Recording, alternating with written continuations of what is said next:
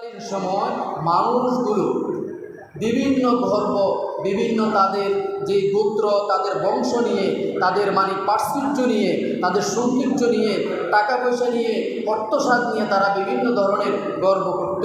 আল্লাহ পাক তখন এইরকম তাদের উদ্দেশ্য করে এবং আমাদেরকে উদ্দেশ্য করে এই সূরাটি নাজিল করেছেন। সকলে পড়ি সুবহানাল্লাহ। আল্লাহ পাক এই সূরার মধ্যে বলা হয়েছে তখন তারা এরকম যে বংশ গণনার জন্য গিয়েছিল, যে কার কত বংশ, এই জন্য বংশ গণনা করা হয়তো। গণনা করতে করতে এক সময় তাদের যে বংশগুলো হলো তারা কবর গণনা শুরু করলো। ওই কবর গণনা করে কে অধিক বেশি হতো তাদেরকে তারা প্রাধান্য দিত। তখন আল্লাহ রাব্বুল আলামিন বলে দিয়েছেন, আলহাকুমুত তাকাসুর হাত্তা যুরতুমুল মাকাবির। আল্লাহ রাব্বুল আলামিন বলে দিয়েছেন, তোমরা প্রাচুর্যের প্রতিযোগিতা করো না। প্রাচুর্য বিভিন্ন জাতিকে, বিভিন্ন মানুষগুলাকে ধ্বংস করে দিয়েছে। ওই জন্য প্রাচুর্যের প্রতিযোগিতা করা যাবে না। যে আল্লাহ পাক আমাদেরকে যে ধন সম্পদ, অর্থ সম্পদ দিয়েছেন, এইগুলো আমরা কোন কোন কাজে ব্যয় করি, কোন কোন খাতে ব্যয় করতে হবে, এটা যাকাতের পরিবর্তন করে দেওয়া হয়েছে। আপনি দেখবেন আপনার যে টাকা পয়সা দিয়েছে, আপনি এক নাম্বারে আপনার ছেলে মেয়ে থাকলে ওদেরকে মানুষ করুন, ওদেরকে সুশিক্ষায় জাতির মেরুদণ্ড হিসেবে তৈরি করুন। তাহলে ওই সন্তানগুলো পরবর্তীতে আপনার জন্য এবং জাতির জন্য কাজ করবে। এটা হলো আপনার সম্পদ, আপনার টাকা পয়সা কাজে লাগবে। সম্পদ, সন্তান কোন দিকে যাচ্ছে, কোন দিকে আছে, ওই দিকে খেয়াল রাখতে হবে। আপনি বসে বসে যে আমার এত টাকা আছে, এত সম্পদ আছে, আমার ছেলে ওই জায়গায় আছে, এইগুলো আলোচনা করলে হবে না। যে এই সম্পদগুলো আমার বন্টন করতে হবে, আল্লাহর রাস্তায় দান করতে হবে, কোথায় কোথায় দিতে হবে, কোথায় দিলে এ দান প্রযোজ্য হবে। ওই জন্য আব্দুল্লাহ ইবনে মুবারক বারবার হজ করতে যায়, কিন্তু এলাকার পাড়া পুরুষের খবর নেয় না, কে খাইছে, কে করণে কী আছে না আছে, এগুলো খেয়াল রাখে না। তখন সাধারণ পাবলিক তাকে দেখানো হলো যে তুমি হজ করতেছ, কিন্তু আল্লাহর রাস্তায় তুমি দান করতেছ না। দেখো মানুষগুলো অসময়ের মধ্যে আছে, তোমার অর্থ সম্পদ আছে। এই জন্য অর্থ সম্পদগুলো আল্লাহ পাক কাউকে দিবে, কাউকে দিবেন না। ওই যাদেরকে দিবেন না তাদের প্রতি আপনি খেয়াল রাখতে হবে।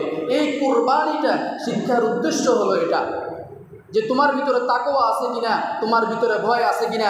আলহাকুমুত তাকাসুর, যে তুমি প্রাচুর্যের প্রতিযোগিতা করতেছ, অর্থ সম্পদের প্রতিযোগিতা করতেছ, কার থেকে কে বড় হইবা, ওই জন্য তুমি প্রতিযোগিতা করতেছ। প্রতিযোগিতা করার দরকার নাই, তুমি নিজে নিজে বড় হবা। আজকে দেখেন যে আপনারা কল্পনা করছেন যে এখানে মসজিদ হবে, যে দরবেশ সাহেব এভাবে তাদের রুহানি ফয়েজের কারণে তো আজকে এই পর্যন্ত এগিয়ে যাচ্ছে। এটা দিয়ে তো আপনারা প্রমাণ করতে পারেন যে উনি দিয়ে দিয়েছেন, উনি যা করে গেছেন, ওনার পূর্বপুরুষরা যা করেছেন। এখন আপনারা ওই পথগুলো বাছে নিয়েছেন যে ইসলাম কোন পথে থাকতে হবে, আমার ছেলে মেয়ে কোন পথে থাকতে হবে। আমরা এখানে একটা মসজিদ করি, একটা মাদ্রাসা করি, তাহলে এটা আগাইতে থাকবে। আমাদের ছেলে মেয়েগুলো মানুষ হবে, আবার এই ছেলে মেয়েগুলো যখন মানুষ হবে, যে আমার বাবারা এই কাজগুলো করে দিয়েছে, আমরা আরও সামনের দিকে আগে। এইভাবে তো পৃথিবীটা এগিয়ে যেতে হবে। আল্লাহ পাক বলে দিয়েছেন, আলহাকুমুত তাকাসুর হাত্তা যুরতুমুল মাকাবির। যতক্ষণ না তুমি কবরে যাও, কবর উপনীত হওয়ার পর্যন্ত আমার লোভ যাবে না। কবরে যাওয়ার আগে মৃত্যু যখন আজরাইল চলে আসবে, ওই বিছনার মধ্যে যখন শায়িত হব, তখন ডাক দেবে, আমার ছেলে কই, আমার মেয়ে কই। মায়া আরও চলে আসবে, লোভ চলে আসবে, অনেক কিছু খাওয়ার জন্য আকাঙ্ক্ষা আসবে কি না? অনেক কিছু খাওয়ার জন্য আসবে, কিন্তু সে খেতে পারবে না। ছেলে মেয়েকে ডাকিয়ে আনবে, কোথায় আছে, কোন জায়গায় আছে, সবাইকে ডাকিয়ে আনবে। মানুষ মনে করবে তাকে দেখার জন্য। না, এগুলো তাকে লোক দেখায়। ওই শয়তান তার মনের মধ্যে বসবাসা দিতেছে।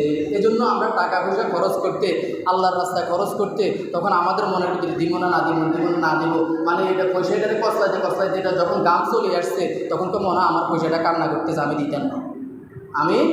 এইরকম অবস্থা চলে আসবে। বলা হয়েছে হাত্তা যুরতুমুল মাকাবির, কবরে যাওয়ার আগ পর্যন্ত, জ্ঞান থাকা পর্যন্ত সে কী করবে? হিংসামি করবে, লোভ চলে আসবে। ওই শয়তান তার মনের মধ্যে ওয়াসওয়াসা দিবে।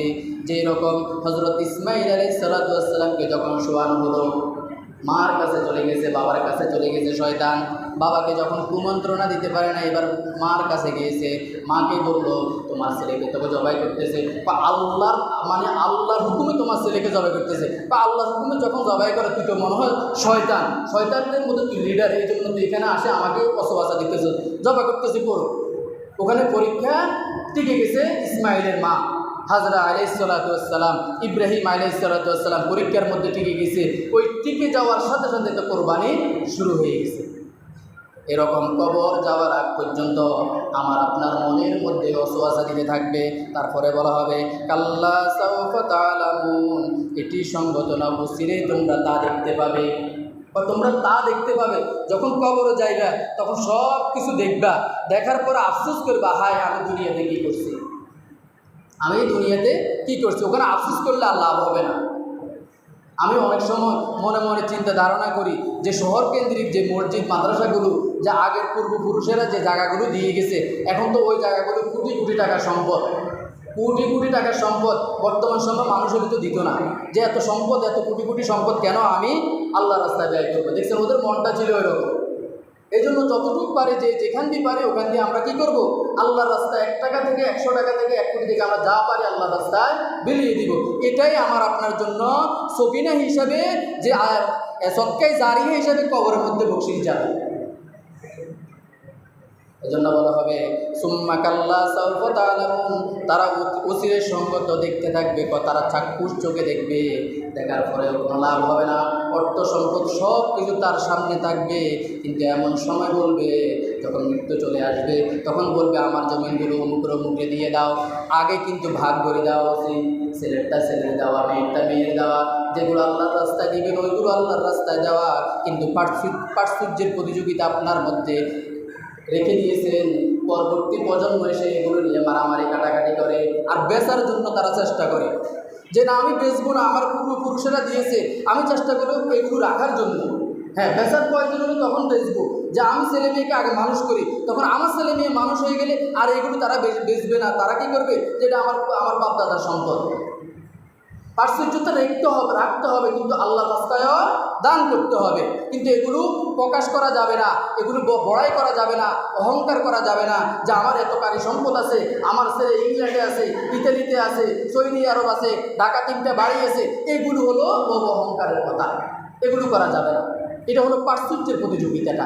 এগুলো তৎকালীন সময় ছিল, আইয়ামে জাহিলিয়ার যুগে ছিল, তখন আল্লাহ রাসূল সাল্লাল্লাহু আলাইহি ওয়াসাল্লাম বলেছে এগুলো পরিত্যাগ করো। পরিত্যাগ করার সাথে সাথে হযরত খাদিজা রাদিয়াল্লাহু তাআলা আনহা তিনি কি করেছেন, সকল সম্পদ আল্লাহর রাস্তায় ব্যয় করে রাসূলের হাতে ধরে তাকে বাইয়াত হয়ে কালেমা গ্রহণ করেছে, লা ইলাহা ইল্লাল্লাহু মুহাম্মাদুর রাসূলুল্লাহ।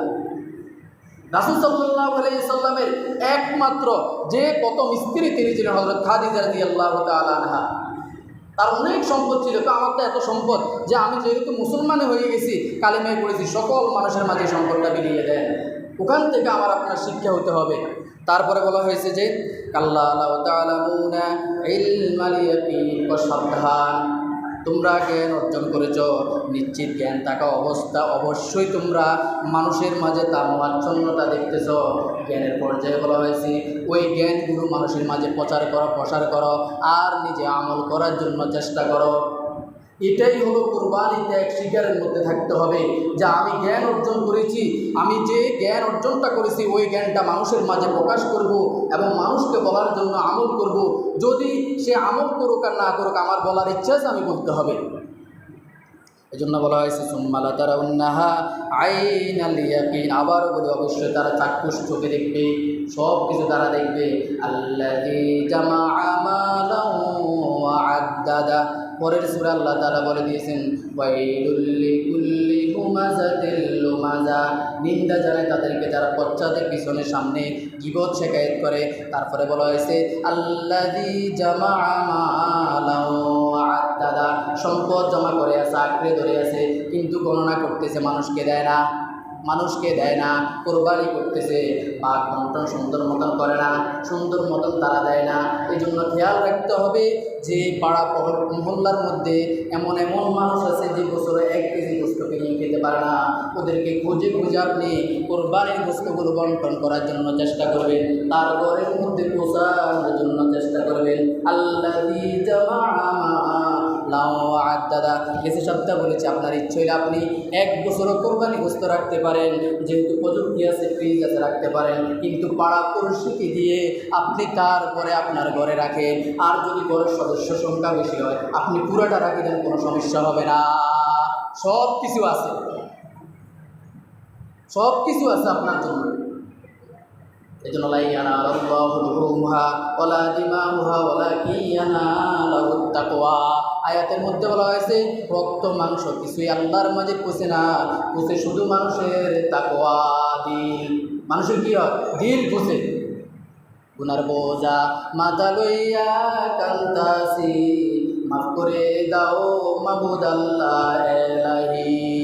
যেরকম মালিক ইবনে দিনার, যেরকম হারুন যে ব্যক্তিটা ছিল, ওই রকম আল্লাহর কাছে ফরিয়াদ করতেছে আর তওবা করতেছে, কাঁদতেছে, মাবুদ আমাকে ক্ষমা করে দাও, আমি আমার মাকে মেরেছি, আমি অন্যায় অপরাধ করেছি। এরকম মারাত্মক জঘন্য অপরাধ আর কিছু হইতে পারে না। ওই জন্য সবসময় আল্লাহর কাছে তওবা করতে হবে। পূর্বে যা হয়েছিল হয়ে গেছে, যাক, কিন্তু বর্তমান সময় যা আছে ওইগুলো নিয়ে ভাবতে হবে। আর পূর্বের জন্য আমি গুনাহ যে করেছি, ওই গুনার জন্য আমি পরিত্রাণ হয়ে সবসময় আল্লাহর কাছে তওবা করতে হবে। তাওবাতুন নাসুহার মতো তওবা করতে হবে, প্রকৃত তওবা করতে হবে। ইয়া আইয়ুহাল্লাযীনা আমানু তুবু ইলাল্লাহি তাওবাতুন নাসুহা। যে এখানে ব্যক্তিকে বুঝায় নাই, এখানে বলছে যে সঠিকভাবে তুমি তওবা করো। হে মুমিন বান্দাগণ, তোমরা সঠিকভাবে তওবা করো।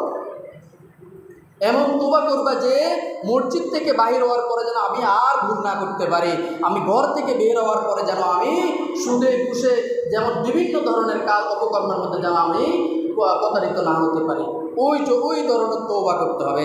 তারপরে বলা হয়েছে সুম্মা লা তুসআলুন্না ইয়াওমাইযিন আনিন নাঈম। অবশ্যই সেদিন তোমাকে জিজ্ঞাসা করবে, আল্লাহ রাব্বুল আলামিন জিজ্ঞাসা করবে, তোকে এত ধন সম্পদ দিয়েছি, আনিন নাঈম, এত নিয়ামত দিয়েছি, ওই নিয়ামত সম্পর্কে যখন জিজ্ঞাসা করবে, আমার মনে হয় আমরা কেউ উত্তর দিতে পারবো না। 1 গ্লাস ঠান্ডা পানির উত্তর দিতে পারবো না, থাকবালা অন্য অর্থ সম্পদের কথা, বুঝছেন? 1 গ্লাস ঠান্ডা পানিরও তো আমরা হিসেব দিতে পারবো না অন্যান্য সম্পদ দিতে। এই জন্য আমরা মানুষ, আমাদের হুঁশ থাকতে আমরা হুঁশিয়ার হতে হবে। আমাদের ধন সম্পদ, অর্থ সম্পদ আমাদের কি আছে, কি কি কাজে লেগেছে, ওই জন্য আমরা চেষ্টা করব যে আমি পূর্বে দান যা করেছি, বর্তমানে আমার কি আছে, আমি আরও বেশি বেশি করে দান করার জন্য আমরা চেষ্টা করব। যে আমি অর্থ সম্পদ আল্লাযী জামাআ মালান ওয়া আদ্দাদা, যে অর্থ সম্পদ যে আমি গুছিয়ে রাখবো, নিজে আঁকড়ে ধরে রাখবো, আমার ছেলে মেয়েদেরকে বুঝিয়ে দিব যে এগুলো তুমিও রাখি দিও, অন্যকে দিও না, না এরকম হিংসুক হইলে হবে না। অমিনসাতে হাসিদি ইজা হাসাদ, যে আমি হিংসুককারীদের অনিষ্ট থেকে আমি পানাহ চাইতেছি। এজন্য পূর্ব প্রজন্মকেও ঠিক রাখতে হবে, বর্তমানকেও ঠিক রাখতে হবে, ভবিষ্যতের দিকেও আমরা তাকিয়ে থাকতে হবে। তাহলে আমার আপনার জন্য যে এই কুরবানি ওয়াজিব, যে আমরা নামাজ পড়তেছি, যে নামাজ আগে পড়স, ফাসাল্লি লিরাব্বিকা ওয়ানহার, যে তোমরা আগে নামাজ পড়ো, তাহলে দুনিয়ার মধ্যে সব